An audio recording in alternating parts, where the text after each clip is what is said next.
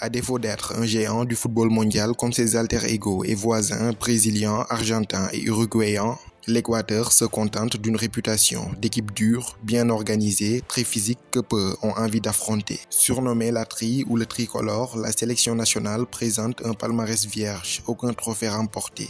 En Amérique du Sud, l'Équateur est la seule nation avec le Venezuela à n'avoir jamais atteint la finale de la Copa América. Sa meilleure performance dans cette prestigieuse compétition sud-américaine remonte en 1993, une édition organisée à domicile où ils avaient fini 4e. En Coupe du Monde, la sélection tricolore compte 4 apparitions en 2002, 2006, 2014 et 2022.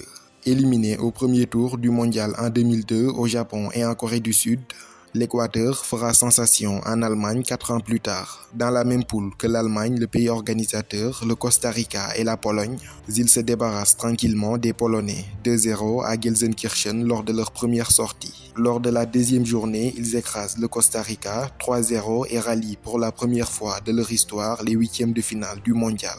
Avec la manière mais aussi et surtout avant l'issue des phases de poule. Opposés à l'Allemagne pour la première place du groupe, ils seront sévèrement corrigés 3-0. Un doublé de Miroslav Klose et un autre signé Lukas Podolski suffisait au bonheur de la Nationalmannschaft. Deuxième de leur poule, ils étaient alors contraints d'affronter un gros morceau en huitième de finale. Ce sera l'impressionnante équipe anglaise de Terry, Lampard, Gerrard, Cole et Beckham. À la surprise générale, ils font jeu égal avec les Three Lions, mais un coup franc monstrueux signé David Beckham à la 60e aura raison de leur combativité. L'Équateur tombe les armes à la main 1-0. 8 ans plus tard, en 2014, chez le voisin brésilien, amené par un Ener Valencia en feu et auteur de 3 buts, la sélection ne parvient pas à rééditer l'exploit des aînés de 2006. Chassés dès le premier tour du mondial en 2014, ils ne seront pas de l'aventure lors de l'édition suivante en Russie. 44e au classement FIFA, l'équipe est actuellement entraînée par l'Argentin Gustavo Alfaro aux commandes depuis le 26 août 2020. 60 ans, très expérimenté, passé notamment sur le banc du mythique club argentin de Boca Juniors, avec lequel il a notamment remporté la Supercoupe d'Argentine en 2018. Retrouver la Coupe du Monde, c'était l'objectif qui lui avait été assigné à ses débuts. Il l'a atteint avec brio en terminant 4e des éliminatoires de la zone Am Sud.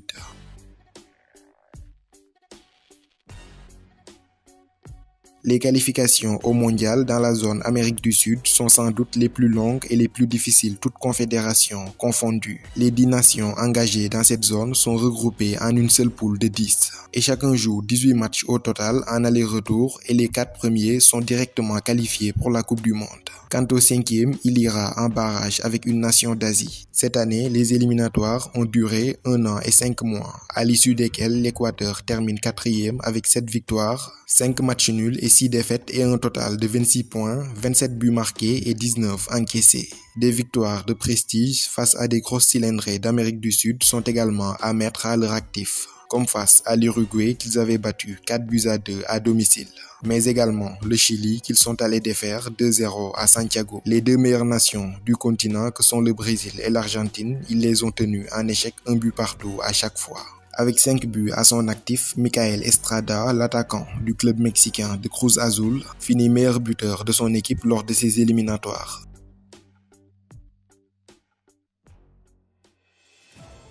Au Qatar, l'Équateur se présente avec un groupe assez jeune dont la moyenne d'âge tourne autour des 25 ans, dont une poignée de joueurs très prometteurs évoluant sur le vieux continent.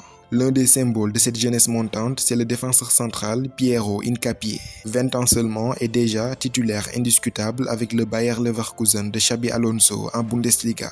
Puissant, athlétique, intelligent et doté d'un sens inné de l'anticipation, c'est un défenseur gaucher assez propre qui se débrouille pas mal avec ses pieds. Sa valeur marchande estimée à 22 millions d'euros à 20 ans seulement en dit long sur ses qualités. En Équateur, il est très vite devenu précieux en défense centrale.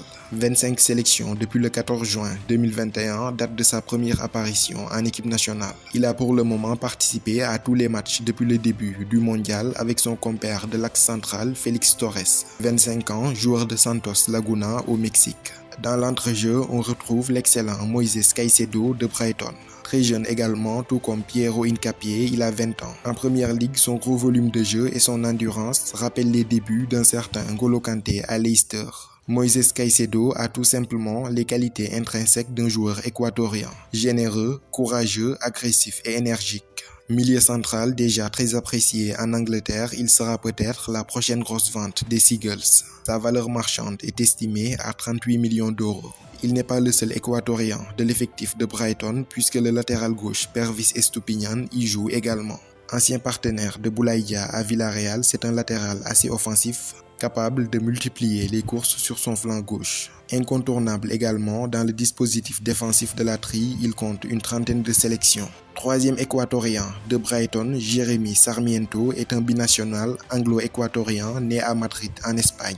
Remplaçant un club, le milieu offensif de 20 ans a également le même statut en sélection, où son sélectionneur Gustavo Alfaro l'utilise dans la rotation. Il est entré en jeu lors des 2 premiers matchs. En pointe, Ener Valencia n'est plus à présenter. À l'image de l'infranchissable dernier rempart mexicain Guillermo Ochoa, il fait partie de cette caste de joueurs nés pour briller en Coupe du Monde. Souvenez-vous, en 2014, avec 3 buts en 3 matchs, il fut l'une des grandes révélations du mondial au Brésil. À l'époque, joueur de Pachuca au Mexique, son mondial avait impressionné West Ham qui déboursait 15 millions d'euros pour le débaucher. Son passage chez les Hammers lui avait permis de faire la connaissance d'un certain Cheikhou Kouyaté. Prêté en 2017 à Everton, il partageait également le même vestiaire avec Idrissa Gana Gueye. Comme en 2014, le mondial 2022, il a débuté en trombe avec 3 buts en seulement 2 matchs, auteur de toutes les réalisations de son équipe jusque-là. Leader incontesté de l'attaque équatorienne, il cumule 76 sélections pour 38 buts. En attaque, il est épaulé par Gonzalo Plata du Real Valladolid en Espagne et Michael Estrada qui avait fini meilleur buteur des Équatoriens lors des derniers matchs des éliminatoires. Ce mardi, un nul seulement face au Sénégal leur permettra de rééditer l'exploit de 2006.